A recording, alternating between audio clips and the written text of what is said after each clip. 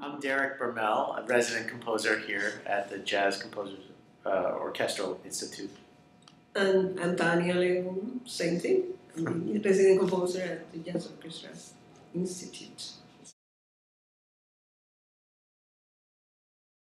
Well, I could say that jazz was very inspirational to me from the very beginning. I didn't have that exposure until I set foot in New York.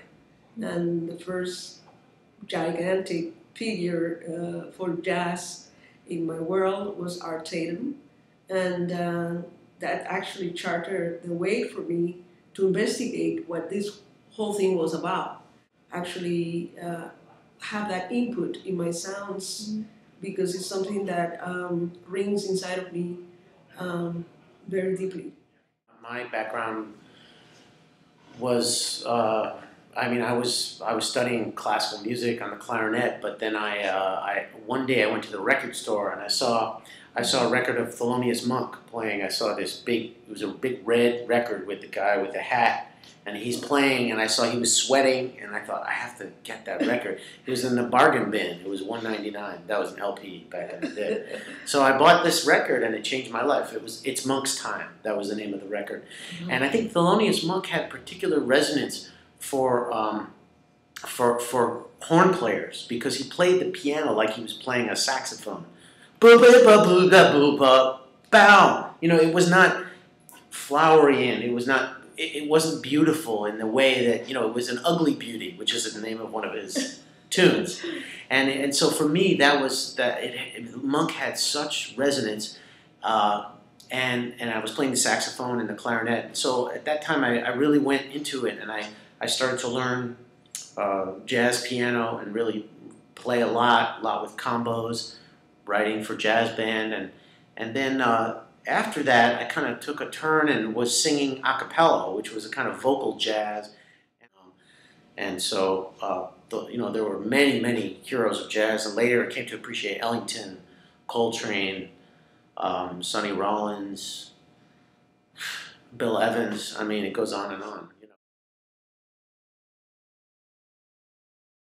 Our function is really to lead the seminars and to each make a presentation about a different aspect of how about the orchestra and improvisation. My particular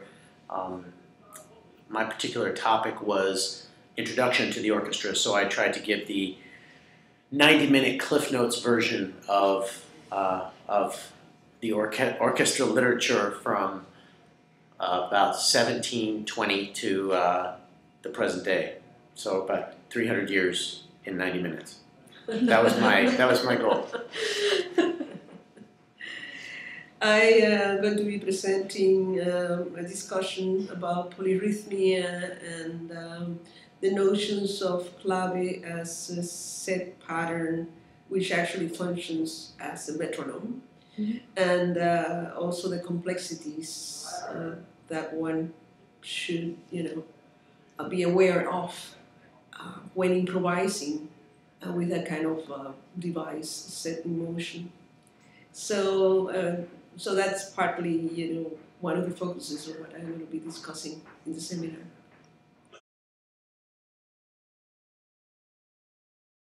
It's much more an interaction and dialogue.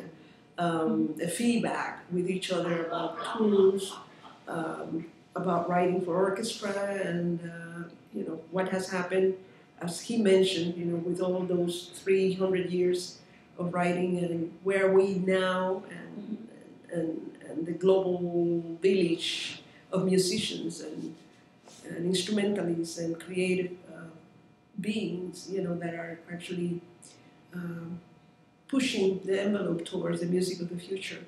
So I think that this is a fantastic situation that now we are post-genre, right? Yeah. And that, I mean, this bunch of people that we're working with are extraordinary. And I think they range in age from about 17 to or something like that, 16, 17 to well into their mature years. And I think that, and they come with a wealth of experience and a diversity of interests and talents. And many of them know much more than me about many things. And I think so. It's going to be really interesting to have a dialogue with people.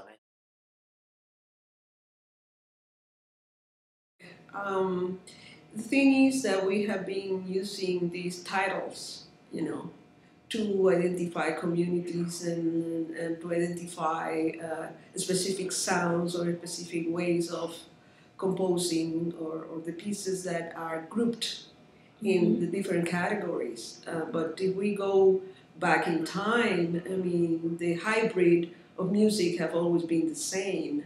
And specifically, we were talking today about Debussy and Ravel, and one of the things that they were intrigued at the beginning of the century is precisely what the jazz composers were doing in the Americas or in the United States. And they were sort of like trying to capture or understanding what was going on in the techniques or the tools that composers manipulate in order to create the pieces. They were interested in the harmonic dialogue or the harmonic flow of the pieces. So in other words, this is just a natural, what we are actually exploring right now.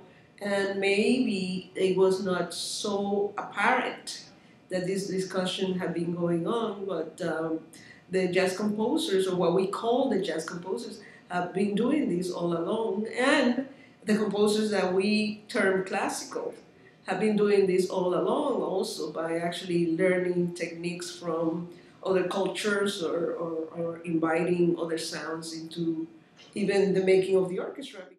So therefore, I mean, this is as I said, a natural evolution that I'm very happy that we're part of. Yeah.